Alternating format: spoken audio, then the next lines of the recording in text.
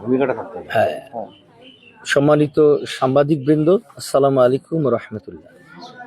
আমি আপনাদের মাধ্যমে আমাদের প্রশাসন, নির্বাচন কমিশন এবং আমাদের এলাকার জনগণকে একথা জানাতে চাই যে আজকে সকাল থেকেই শরীয়তপুর 2 আসনে ভোট গ্রহণে যে অনিয়ম হয়েছে, সেজন্য আমরা প্রধান নির্বাচন কমিশনার বরাবরে আমরা এবং রিটার্নিং অফিসার বরাবরে আমরা ভোট স্থগিত করার জন্য আবেদন জানিয়েছি। আমি আমার আবেদনটা পড়ে শোনাচ্ছি।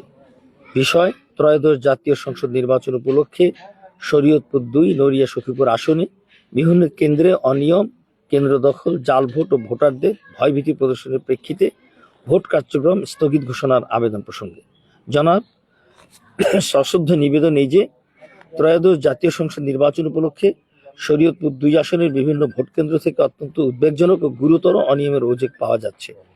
বিভিন্ন কেন্দ্রে কেন্দ্র দখল, জাল ভোট গ্রহণ, এক ব্যক্তির ভোট অন্য ব্যক্তি দ্বারা প্রদান, ভূতে নির্দিষ্ট প্রতীকে প্রকাশ্যে সিল মারতে বাধ্য করা, বিএনপির এজেন্টদের সামনে প্রকাশ্যে ব্যালটে সিল প্রদান এবং দাঁড়িপাল্লা প্রতীকের এজেন্টদের কেন্দ্র থেকে বের করে দেওয়ার মতো অনিয়মের ঘটনা ঘটেছে বলে নির্ভরযোগ্য সূত্রে জানা গেছে। এছাড়াও বাংলাদেশ জামাত ইসলামের মনোনীত প্রার্থীর এজেন্টদের বাড়িতে গিয়ে নির্বাচনের আগের রাতে ভয়ভীতি হুমকি প্রদান করা হয়েছে। অনেক ক্ষেত্রে আমাদের সমর্থকদের ভোট কেন্দ্রে প্রবেশে বাধা দেওয়া হয়েছে এবং তাদেরকে আজকের মধ্যে এলাকা থেকে বের করে দেওয়ার হুমকি দেওয়া হয়েছে। কিছু কেন্দ্রে ভোটারদের প্রকাশ্যে নির্দিষ্ট প্রতীকে ভোট দিতে বাধ্য করা হচ্ছে বলে অভিযোগ রয়েছে। পাশাপাশি ভোটারদের অর্থের প্রলোভন দেখানোর ঘটনা সংঘটিত হয়েছে বলে জানা গেছে। উল্লেখ্য যে এইসব বিষয়ে সংশ্লিষ্ট কেন্দ্রের দায়িত্বরত পুলিশ সদস্য, প্রিজাইডিং অফিসার ও মোতায়েনকৃত সেনাবাহিনীকে অবহিত করা হলেও তারা কার্যকর কোনো ব্যবস্থা গ্রহণে সক্ষম হননি। জানা যায় সেনাবাহিনী রাস্তায় টহল দিলেও অনেক ক্ষেত্রে ভোট কেন্দ্রে প্রবেশ না করে বা স্বল্প সময় অবস্থান করে চলে গেছেন, ফলে অনিয়ম প্রতিরোধ করা সম্ভব হয়নি। নিম্নোক্ত এলাকাসমূহে ভোট কেন্দ্র দখল ও অনিয়মের অভিযোগ পাওয়া গেছে। এই অভিযোগটা আমরা জানাচ্ছি দুপুর 2:30টার পরে আরো অনেকগুলো কেন্দ্রে ঘটনা ঘটেছে।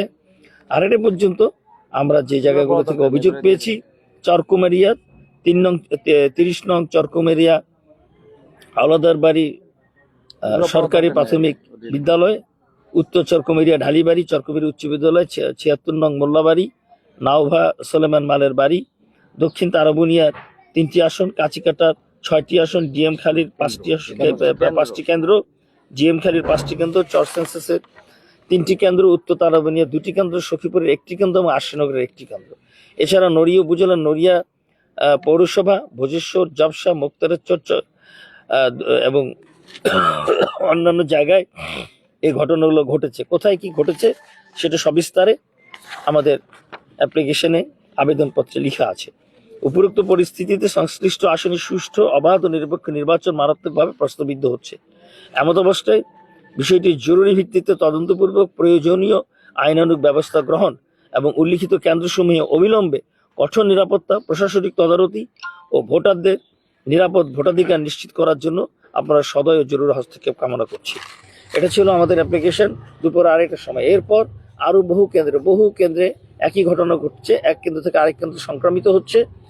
বিষয়টা হলো, আমরা 24-এর আন্দোলনের যে হাজারো শহীদের আত্মত্যাগের বিনিময়ে যে নতুন বাংলাদেশ পেয়েছিলাম, আমরা আশা করেছিলাম একটা সুষ্ঠু নিরপেক্ষ নির্বাচন হবে, জনগণ তার স্বাধীন মতামত প্রকাশের অধিকারটুকু অর্জন করেছে এবং সেটা প্রয়োগ করতে পারবে বলে আমাদের আস্থা ছিল। কিন্তু আমরা দেখলাম গতকাল রাত থেকে শরীয়তপুর 2-এর আমাদের বিভিন্ন এলাকায় আমাদের এজেন্টদেরকে হুমকি দেওয়া হচ্ছে ভোট কেন্দ্রে না যাওয়ার জন্য। সকালবেলা অনেকবারই ঘেরাও করে রাখা হয়েছে। এরপর যারা ভোট কেন্দ্রে গিয়েছে অনেক জায়গা থেকে আমাদের এজেন্টদেরকে বের করে দেওয়া হয়েছে। এরপর এখনো 2-1টা জায়গায় আমাদের এজেন্টদেরকে আটকে রাখা হয়েছে। আমরা একটা কঠিন পরিস্থিতি মোকাবেলা করছি। রাস্তায় রাস্তায় এখানে সন্ত্রাস তৈরি করা হচ্ছে। আর্মি ভিজিট করে গেলে কিছুক্ষণের জন্য থেমে যায়, আবার আর্মি চলে যাওয়ার পরপরই একই রকম। আর নির্বাচনী কার্যক্রম যারা চালাচ্ছে তারা একটা অসহায়ের মতো সন্ত্রাসীদের কাছে আত্মসমর্পণ করে বসে আছে।